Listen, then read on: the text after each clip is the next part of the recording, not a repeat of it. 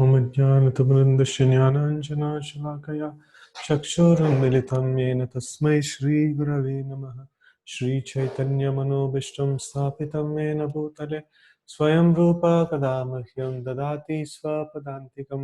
वन्देऽहं श्रीगुरून् श्रीयुतापदकमलं श्रीगुरून् वैष्णवांश्च श्रीरूपं साग्रजातं सगण रघुनाथान्वितं तं सजीवं साद्वैतं सावधूतं परिजनसहितं कृष्णचैतन्यदेवं श्रीराधा कृष्णपादान् सगना ललिता श्रीविशाखान्वितांश्च।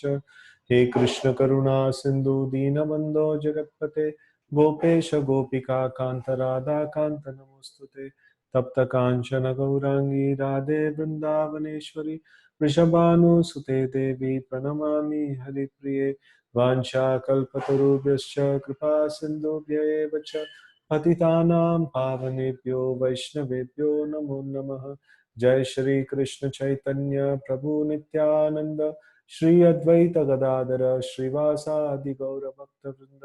हरे Krishna Krishna Krishna Hare Hare Hare Ram Ram Ram Hare Hare.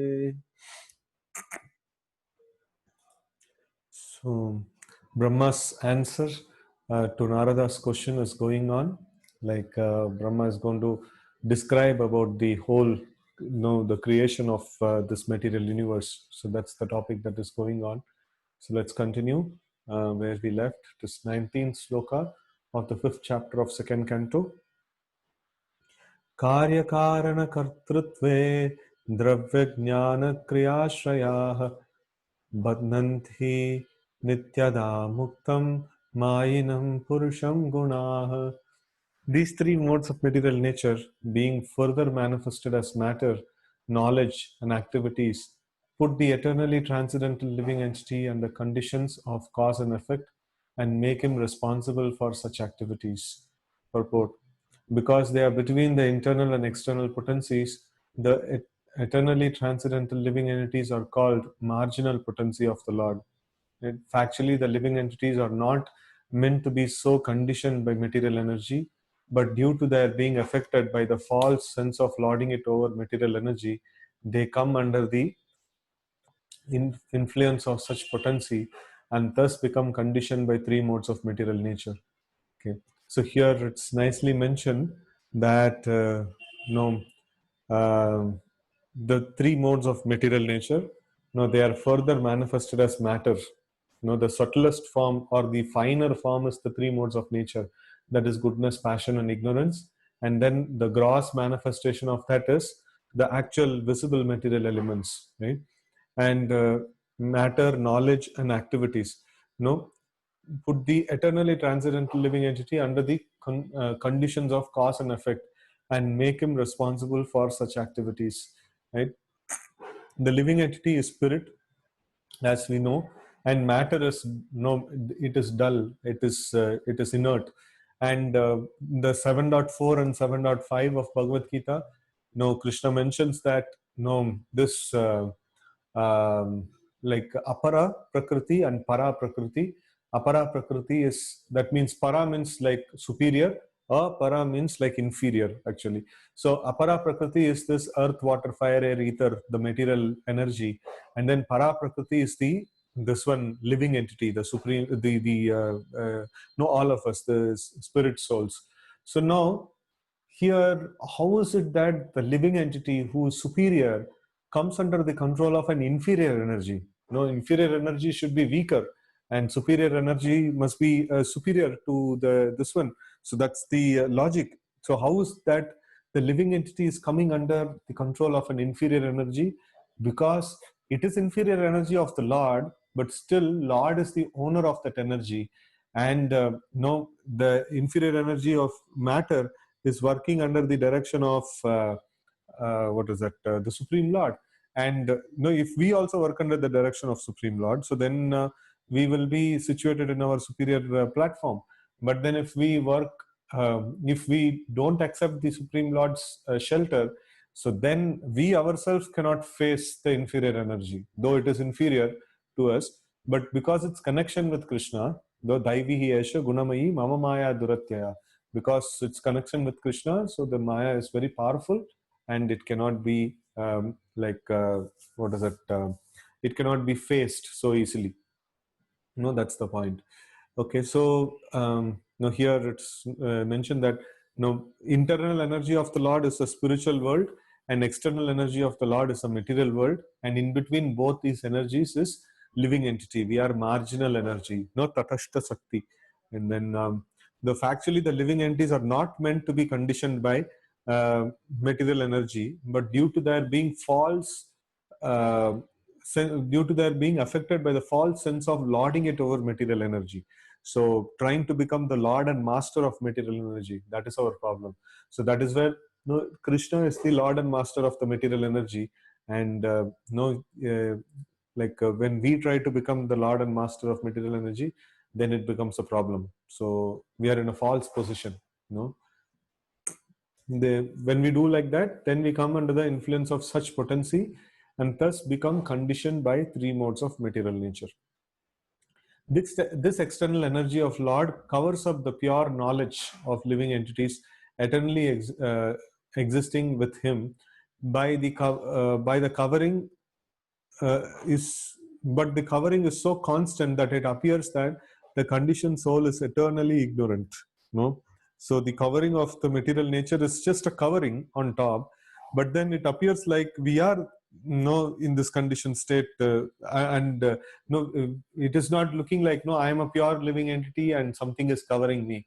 No, it is almost looking like I am this covering only. No, it is so real it appears, that covering. Such is the wonderful action of Maya, or external energy, manifested as if materially produced by the covering power of the material energy. This is technically called as Avarnatmika Shakti. And covering potency means Avarnatmika Shakti.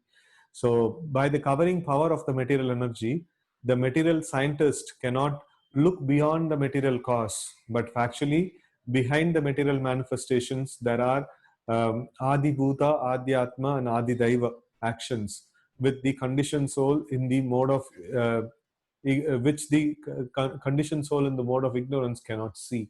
Right. So there are these three. This ones are there. Now, the actions of the material energy cannot be perceived. So there is Adi Bhuta, Adi Atma, and Adi Daiva. So the activities, the cause of activities, the activities done by the other living entities, the activities done by the Supreme Lord, and activity done by one's own body and self, and things like that. So all these things are controlled, by this one. All these things are controlled by the Supreme Lord, actually, or material nature. The Adi Bhuta manifestation entails repetition of birth and death with old age and disease, and Adhyatma manifestation conditions the spirit's soul, and Adi Daiva manifestation is the controlling system. So this is like this is three different. This ones are there. Adi Bhuta manifestation are the repetition of birth, death, old age, and disease. That is like Adi Bhuta, and then Adi Atma is the conditioning of the spirit soul by the material energy, and then Adi Daiva is the manifestation. Adi Daiva manifestation is the controlling system. So the demigods who are in control of the whole actions of the material means of any living entity. So it is mentioned this 33 crore different devatas are there, and there are different devatas just to give sanction to different activities of the body. So one devata sanctions the movement of hands, one devata sanctions the movement of eyes, and the one devata sanctions the our internal digestive system. So like that, different devatas are there controlling various parts of our this one. So this Adi Daiva manifestation is the controlling system. So this we would have heard before, Adi Bhuta, Adi Atma, and Adi Daiva, in terms of the miseries. So that is miseries caused by natural calamities is Adi Daiva, and then miseries caused by other living entities, Adi Bhuta, and miseries caused by one's own body and self is Adi Atma. So these are the different things that we see in terms of kleshas, in terms of miseries. Klesha means misery. So, but here we see in terms of activity. Activities Adibhuta activity means repetition of birth, death, old age, and disease. Adhyatma activity means, which is conditioning of the spirit soul.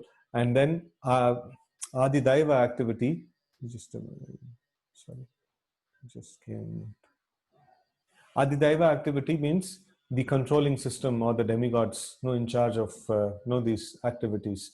So like that, there are three divisions that are there of these different activities.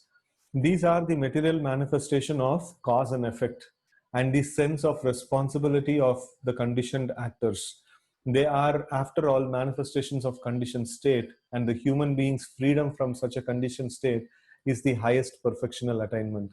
So when we become transcendental to these things, so it is mentioned in Bhagavad Gita, a transcendently situated person, he sees that various things are going on. In his own body also there are various things are going on.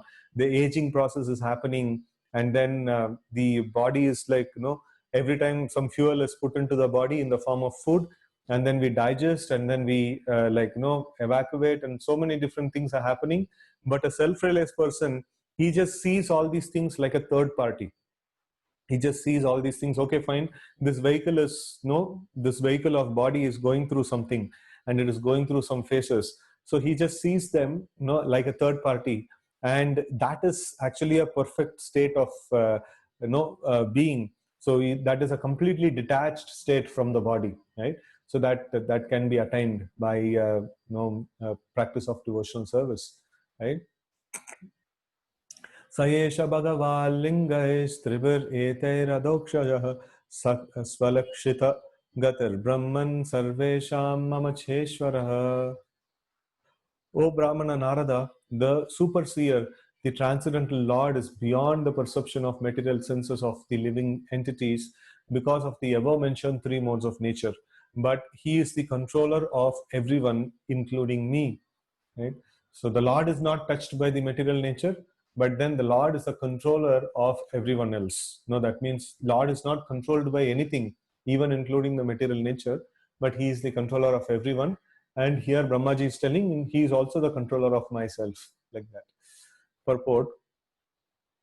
In Bhagavad Gita 7:24, 7:25, the Lord has declared very clearly that the impersonalist who gives more importance to the transcendental rays of the Lord as Brahma Jyoti, and who concludes that the absolute truth is ultimately impersonal and only manifests a form at a time of necessity, is less intelligent than the personalist. So impersonalist, what they say, like, the Lord is just the what is that, the Brahma Jyoti or the Brahman.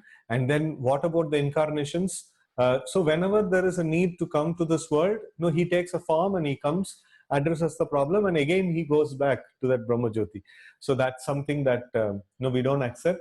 We accept the Lord's body, the Lord's form, everything is like fully transcendental, and it is not of matter. It is not temporarily created. Lord has a permanent form. What we see of the Lord, it is a permanent form. It is not something that Lord has to take up a form and then he has to relinquish it after some time. So the personalists, they are intelligent people,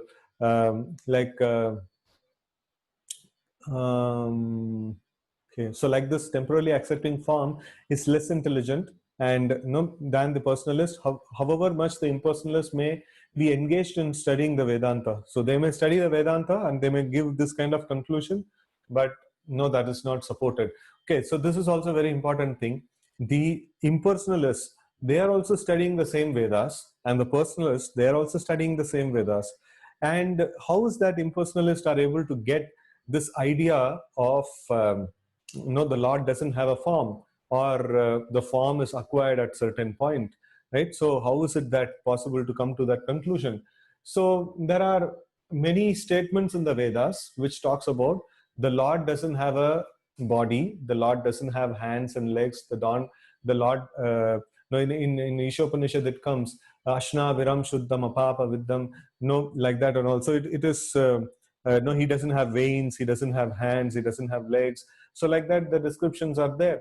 And but then when the Lord's form is described, it is described also very nicely. In Bhagavatam, many times we will see when the Lord appears, and there is a wonderful description of the Lord is there. And then later on, these kind of statements are also there. The Lord doesn't have a form and things like that. So the personalists, the Vaishnava Acharyas, they explain that this form, what is negated, the Lord doesn't have a form, or Lord doesn't have a leg or hand. So it is meaning to say that no, he doesn't have a material body like us. No, he doesn't have a material body and mind like us. No, he has transcendental body. He has a divine body, right? So that is what is mentioned in the this one. So like it is just like when we say, "Do not drink and drive." No, it doesn't mean that we should not drink water. So it is about alcohol or liquor. So no, in the same way, when it is mentioned that the Lord doesn't have leg and no hand and things like that, it is mentioning about the Lord's form. Lord doesn't have a material form, but he has a spiritual form. The fact is that such impersonalists are covered by the above mentioned three modes of material nature. So even though there are statements like Brahmanohi Pratishtaham and things like that, so where it is very, very clear that the impersonal Brahman is a subordinate to the personal form of the Lord, but still the Vedantist or still the impersonalist, they will not be able to understand the Lord so clearly, because it is only by the blessings of the Lord one can understand the Lord.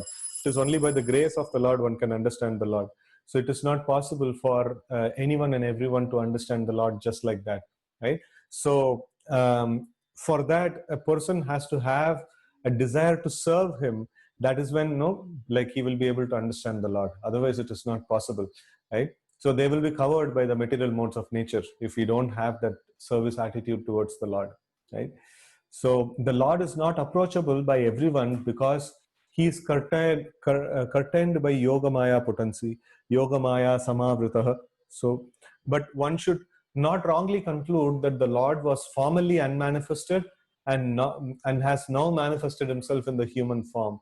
This misconception of the formlessness of the Supreme Personality of Godhead is due to the Yoga Maya curtain of the Lord and can be removed only by the supreme will as soon as the conditioned soul surrenders unto him, right? So this also brings about to very interesting and very nice point, so which is worth meditating again and again, is that by my devotional service I cannot force the Lord to reveal himself, or I cannot just force myself into devotional service.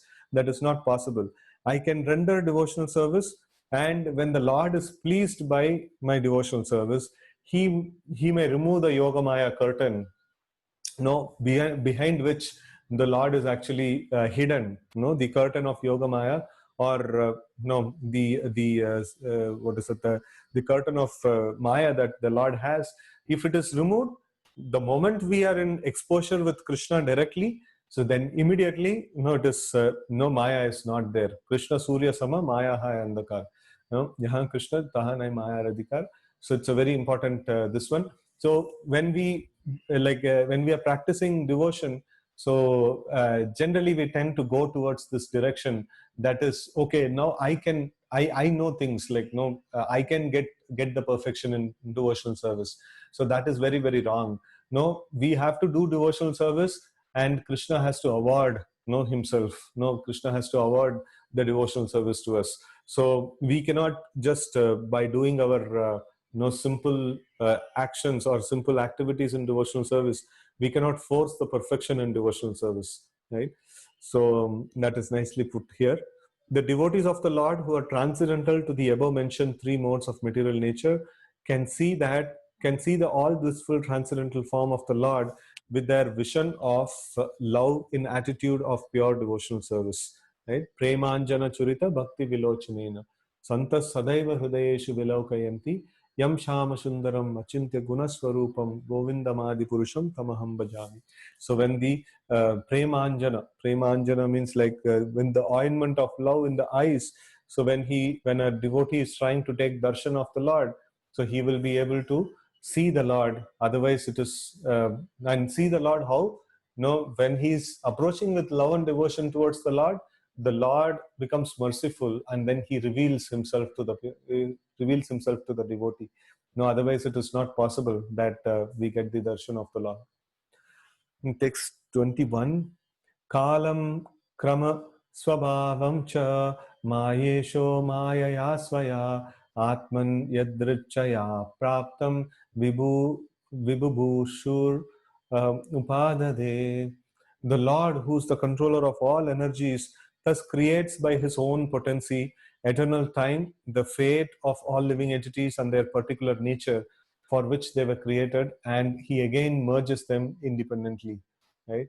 So the beginning of creation, who's the Lord, who's the controller of all the energies, no, he is creating. What all he is creating? No, eternal time, the fate of all living entities, and the particular nature for which they were created. So eternal time, why the time is the factor? No, inside which the all the actions and reactions are happening. So now three modes of nature is there, and then like the material elements are there, and the living entity are there. So these are all just there. And what is a time? Time is like, no, it is like while cooking you put all the different ingredients, and then nothing is there to actually if you put all the ingredients in the pot, it is not sufficient. No, it is still not nothing, no action is happening there. When you set the fire and start stirring, so then actually the cooking is happening. So in the same way, living entity, the material nature, and the three modes of material nature, and the like material elements like earth, water, fire, air, ether, the senses, sense objects, everything is there. But for action to happen, there needs to be time. Time is the one which actually drives things, drives action. So this is there. And then there is another thing that is there is our fate of all the living entities. So is the fate of all living entities given by the Lord or created by us by our own karma? So that is answered like probably in the future slokas it will come. So we can see that the fate of the living entities, like whatever karma we have done in the past, the Lord recreates, or the Lord creates a swabhava in our body according to our past karma, and then he puts that in the system, and then he sends. Every time we may forget our past activities, but then the reaction for all these activities are remembered by the Lord and then given to us on time to time basis. So that is how the fate of all living entities are created by the Lord, and their particular nature. How will they function? What will be their? They will be mild. They will be like aggressive. They will be like what all different natures are there. Everything is based on the past karma again. So that has been delivered by the Lord at the time of creation, right?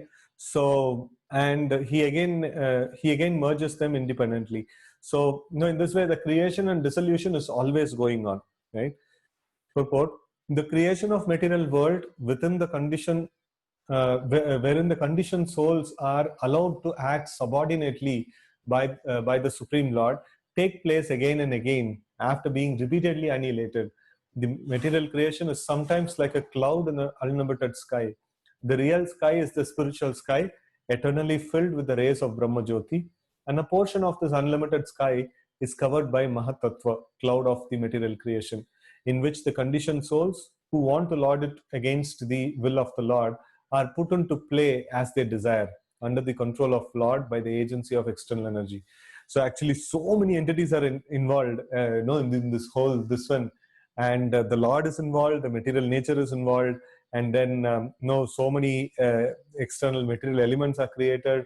Three modes of nature is there, and the sense objects are there, and the desire for enjoying the sense objects are there. All these things are for what? Only one reason. The only one reason is that I don't want to surrender to the Supreme Lord. I want to be away from the Supreme Lord.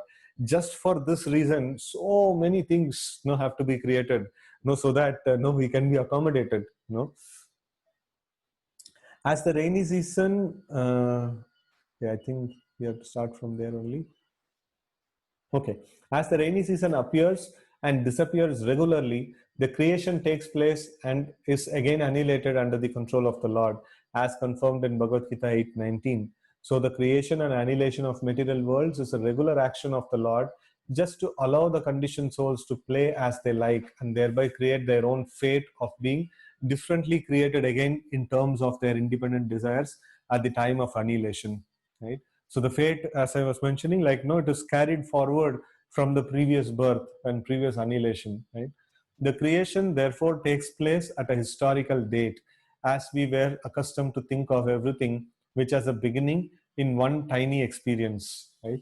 So we are accustomed to think of things like in terms of, okay, this particular date it would have come into existence and things like that. So it is, creation is a material activity, and then it has a particular date, on which the creation actually starts. So it's a point in time, in the material time. So like that, the process of creation and annihilation is called anadi, or without reference to date regarding the time the creation first took place, because the duration of even a partial creation is, this is a huge number, 6,000, 864 crore years. 864 crore years. Now, what is this 864 crore years? This is the lifetime of Brahma, and that is the beginning. We can see if we are in the middle of this, Brahma's lifetime, that means at least 432 crore years is finished in the partial, since the universe is created. But then if you have to analyze the beginning, the first time ever a universe is created, that is called anadi. That is like, there is you cannot even trace that particular thing. It's very, very remote. So many times the universe is created, destroyed, created, destroyed, created, destroyed. So one creation is lasting for 864 crore years, and when is the first time the universe is created, that is not known. That is anadi. The law of creation is, however, as mentioned in Vedic literatures, that it is created at certain intervals and is again annihilated by the will of the Lord. The whole material or even the spiritual creation is a manifestation of the energy of the Lord, just as the heat and light of a fire are different manifestation of the fire's energy. The Lord therefore exists in his impersonal form by such expansion of energy, and the complete creation rests on his impersonal feature. Nonetheless, he keeps himself distinct from such creation as the Purnam or complete. And so no one should wrongly think that his personal feature is non-existent due to his impersonal, unlimited expansions. So the Lord is expanded, so his personal form would have got depleted. We have an experience, like if we have 1,000 rupees and in that 500 rupees is taken off, what remains is 500 rupees. But then the Lord is not like that. The Lord's existence is Om Purnamada Purnamidam Purnat Purnamudachyate Purnasya Purnamadaya Purnameva Avasishyate. So that means the Lord is Purnam, Lord is complete, and so many complete units emanate from him, but still the Lord remains the complete whole. That's the understanding. It is not that like so many things are created from the Lord, so now the Lord doesn't have a form of himself. So that is not the proper understanding. Lord is always Purnam, complete. Even though many complete units are emanating from him, but still he remains the same complete force. There is no diminution in his capacity. So the impersonal expansion is a manifestation of his energy, and he is always in his personal feature despite his innumerable, unlimited expansion of impersonal energies. For human intelligence, it is very difficult to conceive how the whole creation rests on the expansion of energy, but the Lord has given a very good example in the Bhagavad Gita. It is said that although the air and the atoms rest within the huge expansion of sky, which is like the resting reservoir of everything materially created, still the sky remains separate and unaffected. Similarly, although the Supreme Lord maintains everything created by his expansion of energy, he always remains separate, right? So this is accepted even by Shankaracharya, the great advocate of impersonal form of the Absolute. He says, Narayanaha Paro Vyaktat, or Narayana exists separately apart from the impersonal creative energy. So in this, now here this nice example is given of the sky and the various elements, the air particles and things like that and all. So they are all there in the sky, but then they are different from the sky. So in the same way, there is another example is also always given whenever the concept of creation is given. It is the spider creating a cobweb. So spider creating a cobweb is almost, it's a very nice thing. What is this cobweb is all about? No, has he collected this cobweb from somewhere? No, it is produced from his own body, and then the spider lives in that cobweb. And then but then the cobweb is different from the spider. So this is a very, very important analogy, wherein the Lord creates this whole world, but he is not diminished because so many things has come from him. And at the same time, like he doesn't get extincted, because so many things has come from him. So there is no diminution, there is no extinction in the personality of Lord. The Lord is completely different from it, and he is completely unaffected by the material this one. So that's the that's the understanding here, right? Then the whole creation thus merges within the body of transcendental Narayana at the time of annihilation, and the creation emanates from him, from his body, again with the same unchanging categories of faith and individual nature. The individual living entity, so just that, like, whenever we leave the particular body, so whatever karma we are carrying, the same karma sorry, the same karma is carried on to the next body also, right? So that is how the this one seamlessly it actually happens. The individual living being, living entities being part and parcel of the Lord are sometimes described as Atma, qualitatively one in spiritual constitution. But because such living entities are apt to be attracted by material creation, actively and subjectively, they are therefore different from the Lord, right? So the Lord is many a times the word Atma is used to refer to the Lord, like not for the living entity. So but then there living entity is also used, called as Atma. So why? Because the living entity is having the same spiritual constitution as the Lord, right? So like if we see in Bhagavatam, many places the word Atma would be translated as the Supreme Lord, and sometimes the Atma is translated as the living entity, and sometimes the Atma is translated as the body or the mind, right? So but actual real owner of the word Atma is the Supreme Lord, because he is the real existence. He is the real personality, who's existing in the whole creation, right? So that this Atma, or the word I, or the sense of identity, the actual sense of identity belongs to the Lord. No, we don't have an identity of our own. We have an identity which is dependent on the Lord. Our identity is dependent on the Lord.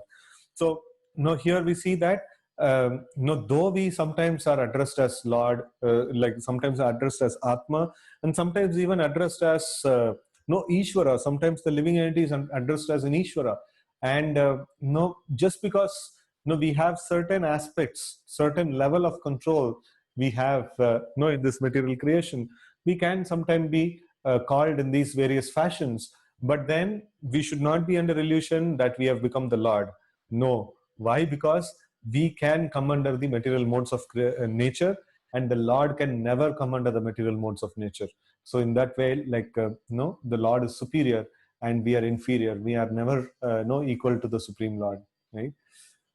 Then text 22, Kala Gunavyatikaraha Parinama Swabhavatah Karmano Janma Mahata Purushadishta Purushadishta Purushadishtaithad. Okay. After the incarnation of the first Purusha, that is Karanadakshai Vishnu, the Mahatattva, or the principle of material creation, takes place, and then time is manifested, and in due course of time, the three qualities appear. Nature means the three qualities, three qualitative appearance. They transform into activities. Okay. So this is like, now it is going to get a little technical because the creation is fully started now. So this portion is little difficult if we don't focus on these elements, right? So the focus on these elements is very, very important. So the first thing what happens is Karanadakshayi Vishnu's appearance, is mentioned. So we see that the sky is spread with the Supreme Lord's Brahma Jyoti, the effulgence of the Lord, that is spreading all over the sky. And in that, there is one small patch which is called a Mahat Tattva. That is a dark patch that is there.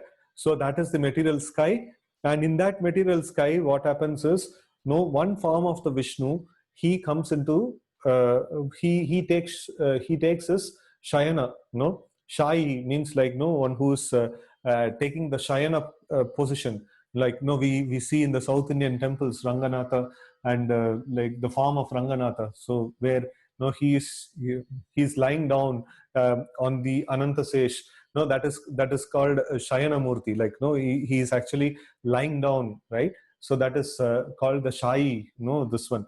So Karana Udaka Shai. So that means Karana means the whole Mahatattva is called as the Karana ocean, and or what is it, the vast expansion of the material sky. And in that, it is Udaka, it's called, it is, so Karan Arnava. Here Karan Arnava, Arnava is also like water only. So Udaka or Arnava. So these two, this one is mentioned, Karan Arnava Shai or Karana Udaka Shai. So here it is a water that is there, which is the material, in the material sky. Its whole sky is covered by a kind of water, which is sometimes called as the Viraja Nadi. And when Vamanadev, he expands his he expands his second feet, and then he measures the whole universe. At the time, his feet touches the shell of the universe, and it cracks, and then some few like quantity of this water of Karanarnava or Karana Udaka. So like when it comes down, so that actually becomes the Ganges river, right, in this world. So anyways, so here the first Purusha means always we should remember three Vishnus, right? And this is the destination of the people who are in the Ashtanga Yoga practice, who are after the Paramatma realization, they attain the Purusha incarnations of the Lord. They either they go to the Karanadakshayi Vishnu or Garbhadakshayi Vishnu or Shirodakshayi Vishnu. So these three Vishnus, they attain to. So that is their destination. So here we see that after the first Purusha, so that is Karanadakshayi Vishnu. So what happens the next is the Mahatattva, or the principle of material creation, takes place, and then the time is manifested, and in due course of time, three qualities, the three modes of material nature is manifested. Nature means the three qualitative appearance. Nature, in Sanskrit, the nature is called as guna. Guna means like what? So this guna can be told as we can tell that, oh, this person has very nice qualities or nature or guna. It's all interchangeably used. And this nature or guna or quality, generally when it is mentioned in this way, it means the material nature. Guna means immediately it should be used as material nature. So that is the way the Sanskrit usage or the literature usage is there. So nature means three qualitative appearance. That means nature means goodness, passion, and ignorance. That's the nature. So when specifically, we talk about the spiritual nature of the Lord, the Lord is called as the Gunarnava. Gunarnava means ocean of good qualities, or there are many names of the Lord which actually glorify the qualities of the Lord. There also this word guna is mentioned, but then in general, when the Vedic literatures are talking about guna, it talks about in the negative sense, that is the three modes of material nature, right? So that's the general usage of this word. So now we see that the Karana Daksha, the Karana ocean is there, and then the first Purusha comes into place, then Mahatattva, then the time is there, and in the due course of time, the three modes of material nature appear. And these three modes of material nature actually brings about the activities.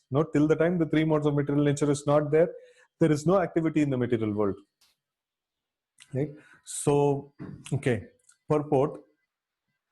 The omnipotency of the Supreme Lord, the whole material creation Okay, by the omnipotency of the Supreme Lord, the whole material creation evolves by the process of transformation and reactions one after another. And by the same omnipotency, they are wound up again one after another and conserved in the body of the Supreme.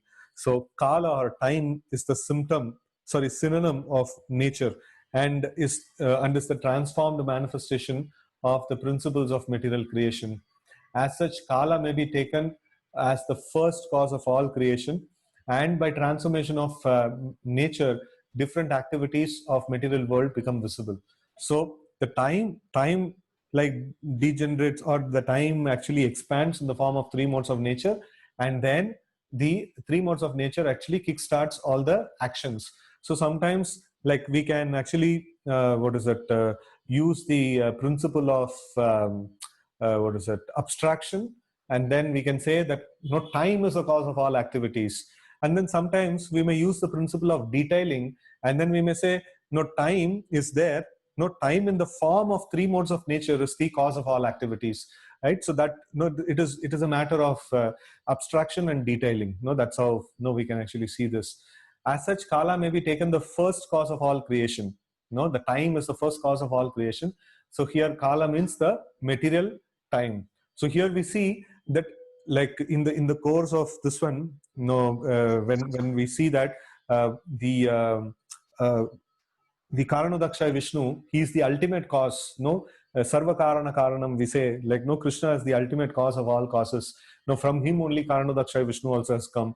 And from Karanadaksha Vishnu, or in other words, we call him as Mahavishnu. So from Mahavishnu comes the Mahatattva, and from there comes the the time, and then from there comes the three modes of material nature, and then from there comes the actions. So sometimes we can say that the Lord is the cause of all the causes. Because of him, all the action is happening. Sometimes we tell that time is the cause of all the actions. Sometimes we tell the three modes of nature is the cause of all actions. All these statements are correct, and in a different level, all these things are there.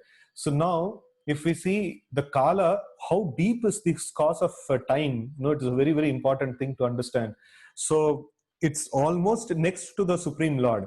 Now that is how powerful the time is, right? So, but then if you see the material modes of nature, they are still further in a lower level of cause. And then after that, the actual actions that are happening in this material world, they are more superficial in nature, actually. So the control comes from the deeper sense, right from the Supreme Lord to Mahavishnu, to the time, like that. So more deeper the cause, the more stronger and powerful it is, right? So as such, here we see that Kala can be taken as the first cause of all creation. And by transformation of nature, different activities of material world becomes visible. These activities may be taken up as the natural instinct of each and every living being, or even the inert objects. And after the manifestation of activities, there are varieties of products and byproducts of the same nature. Originally, these are all due to the Supreme Lord. This ultimate cause, the Sarva Karana Karanam is mentioned here, right? The Vedanta Sutras and Bhagavatam thus begins with absolute truth as the beginning of all creations. Chanma Dashayataha. So, like the Supreme Lord Krishna, he is the beginning of all creation. From him comes the Balaram, from Balaram comes the Chaturvyuha, Vasudeva, Sankarshana, Pradyumna, Aniruddha, and Sankarshana comes the second Chaturvyuha. And in the second Sankarshana, from there comes Mahavishnu, from there comes like Mahatattva, from there comes the time, material nature, and all the different activities like that. So if we see, the root cause of everything is Supreme Lord Krishna, right? Text 23. Mahatastu vikurvanat rajas sattvopa brahmhitat tama pradhanastva abhavad dravya jnana kriyatmakaha. Material activities are caused by the Mahatattva being agitated. At first, there is transformation of the modes of goodness and passion, and later, due to the mode of ignorance, matter, its knowledge, and the different activities of material knowledge come into play, right? So here we see that first is the material activities are caused by Mahatattvas being agitated. The material, the sum Mahatattva means the sum total of material energy. And when that is agitated, then the material activities actually start. And we saw that activities means before that there should be time, there should be three modes of nature, then only the activity comes, right? So sometimes we can see that the Mahat Tattva is agitated and the material activities came. That means we should understand the intermediate steps also have been done. No, that's kind of an abstraction. No, over here. So at first there is transformation of the modes of goodness and passion. No, here it's detailed again. And later, due to the mode of ignorance, matter, its knowledge, and different activities of material knowledge come into play. No, that means the material knowledge is directly product of ignorance, right? So no, it is avidya. No? Purport. Material creation of every description are more or less due to the development of mode of passion, rajas.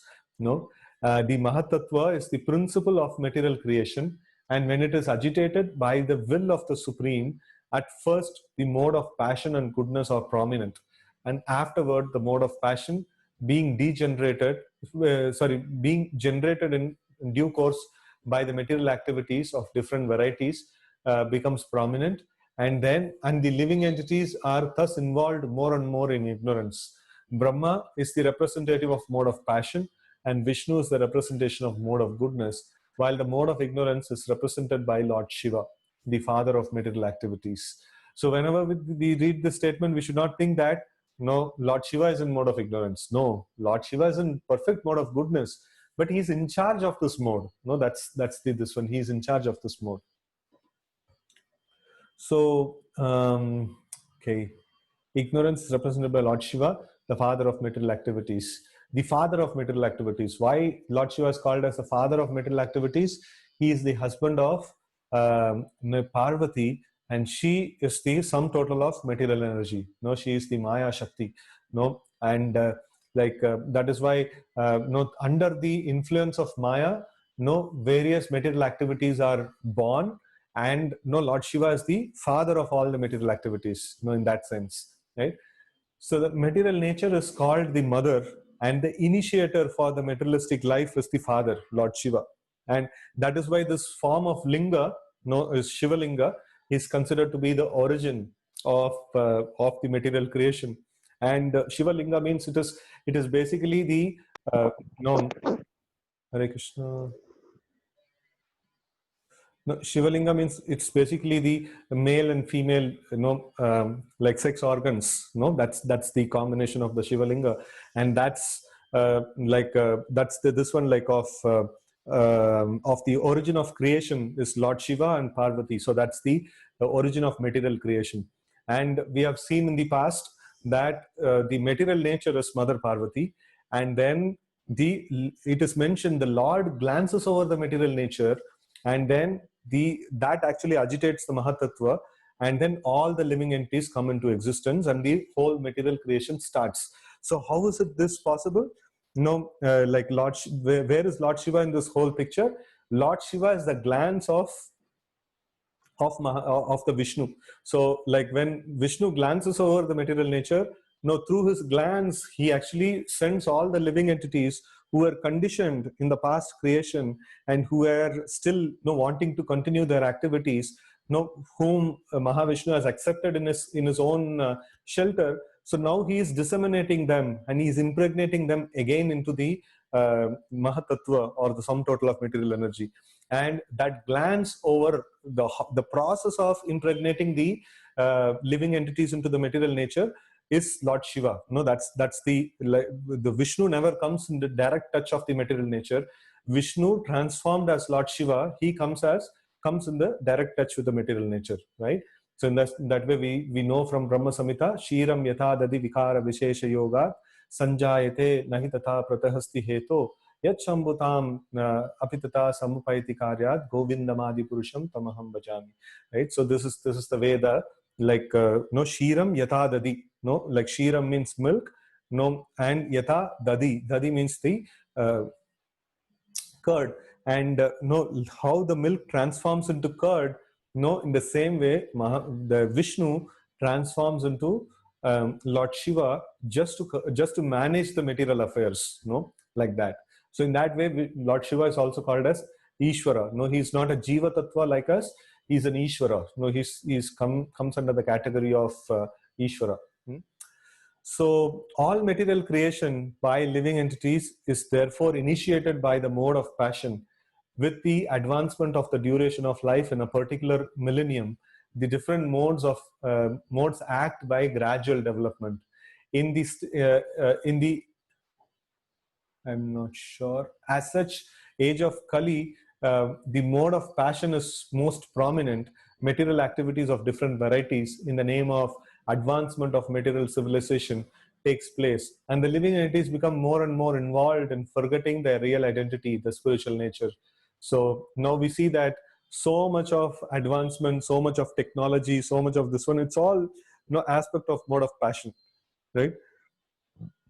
So mode of passion becomes very prominent, and the living entities become more and more involved in forgetting the real identity, the spiritual nature. By a slight cultivation of mode of goodness, a glimpse of spiritual nature is perceived, but due to the prominence of mode of passion, the mode of goodness becomes adulterated. Therefore, one cannot transcend the limits of the material modes, and therefore the realization of Lord, who is always transcendental to the modes of material nature, becomes very difficult for living entities, even though prominently situated in mode of goodness through cultivation of various methods. In other words, the gross matters are Adi Bhutam, and their maintenance is Adi Daivam, and their initiator, the material activities, is called Adi Atman. So this is another classification of Adi Atma, Adi Daiva, and Adi Bhuta. So this is the first classification which we always know, which we generally discuss in many of the classes, is kleshas, or the miseries, in terms of Adi Atma, Adi Daiva, and Adi Bhauta. So here, and just sometime before, we saw about the activities, in the in terms of Adi Bhuta is the birth, death, old age, and disease, and then Adi Atma is the conditioning of the soul in the material modes of nature, and then Adi Daiva is the controlling entity of all actions. In that way, like in terms of action, we studied, and now we see, the gross matter is Adi Bhuta, and their maintenance is Adi Daiva. Always the maintenance or controlling factor is called as the Adi Daiva, and then the initiator of material activities is called Adi Atma. So like this, we have this three personalities, or three different entities in a particular action that is there. So one is the material nature, the living entity, and the supreme controller. Like this. So everywhere these three things will be there. That's why if we see in Bhagavad Gita, in the 3rd chapter, beginning itself, the Lord will give the procedure for yajna. The Lord will give the procedure for yajna. I've created this world, and then I've created the system. The living entities need something, so they should worship the demigods, or they should offer sacrifice to the Supreme Lord, and then the demigods will function, in terms of giving rain, in terms of giving proper seasons, and all the various material things are given by the demigods, and then the living entities can use them and achieve their need. So the living entities have to perform yajna, and the demigods will offer the results, and the living entities can use those results. So it's always a 3-point, this one. This whole world, the whole creation stands on this 3-point formula. It is not that 2-point formula where I do something to a person and then I get something back from him. No, it's never like that. It's always a triangle, right? So the material activities are always a triangle. So Adi Bhuta, Adi Daiva, and Adi Atma, in all different things, we will keep seeing these three entities, often that's happening. Right. So in the material world, okay, so there we are. Okay. So in the material world, these three principles act as prominent features, namely the raw materials, its regular supplies, and its use in different varieties of material creations for sense enjoyment by the bewildered entities. Right. So this is how this whole material world is governed. Right. So as I was mentioning, this portion is going to be quite technical. A lot of information will be there in terms of how the creation has happened, and even I should admit that I also know a little bit only about this particular one, and as we can study this particular portion, we can actually get more and more understanding of about the whole material creation, how it is created. And one very important thing about this particular section of Srimad Bhagavatam is that one is that we can understand the greatness of the Lord, know how great he is, like know so many things he has put into place, and then it is seamlessly functioning. No, it is not that he, if we have a this one, if we have a mission in our place, so that mission may go faulty, and then we may have to call the service engineer and things like that. But here it's a complex machinery with so many details. It's worked so seamlessly. That goes to say like how expert the Lord is. And then this we have our machineries. It has its own mechanical parts and grease and ugly looking what is that internals. Any of your this one washing machine or fridge or anything like that, or any machinery that you have, you open after some time, it'll all be very ugly, like so much of dirt accumulated there and things like that and all. But then we see that this whole material creation is artistically done, very, very artistically done. So that is one thing. Another thing is, so when we analyze a particular thing, when we analyze this body or the material nature, so two things happens when we analyze. So when we analyze the Supreme Lord, we develop attraction towards him. And when we analyze the material nature, we develop detachment from the material nature. So sometimes this example is given, like if you devotees generally don't go to hotels and things like that. But then we used to discuss this example before coming to Krishna consciousness. So if you like a particular hotel and you like to go and have your food there, so you just go and see the backyard of that hotel, you will start hating the hotel, right? So the backyard, we see that so much of dirt is there and so much of cleaning and things like that is happening. And then even sometimes, like in many of the hotels, there is cockroaches and things like that, and all these things are there. So in that way, like we see, so when we understand the internals, we get detachment from it. So in the same way, the material nature, it has its auspiciousness only because it's in touch with the Supreme Lord. But by its own nature, we will see that how much what is that this is not a place for enjoyment. This is a jail which is constructed with all necessary walls in place in terms of material sense gratification, right? So when we understand all these things, we develop a sense of detachment from the material nature. So this is the way, like if we more and more analyze of the Supreme Lord, how beautiful his form is, how nice his beautiful face is, and how nice the like eyes, nose, and the different kinds of ornaments that the Lord wears and things like that. More we analyze that, more we will become spiritually surcharged. And more we analyze material nature, more we will become detached from the material nature, right? So this is the benefit of doing this thing. So like if devotees want a little more understanding, you should go again and read, or probably before coming to the class, like if you can read through few slokas, 4 or 5 slokas. In this technical subjects, we cannot go beyond 4 or 5 slokas. It is quite dense in its nature. So you can just go through few slokas, and that will give you a hold of what we are discussing, right? And then if anybody has any doubts, they can message me personally, so we can discuss on this, right? So thank you very much for your listening. Granthra Srimad Bhagavatam ki jai, Gaur Bhakta Vrinda ki jai, Srila Prabhupada ki jai. Hare Krishna.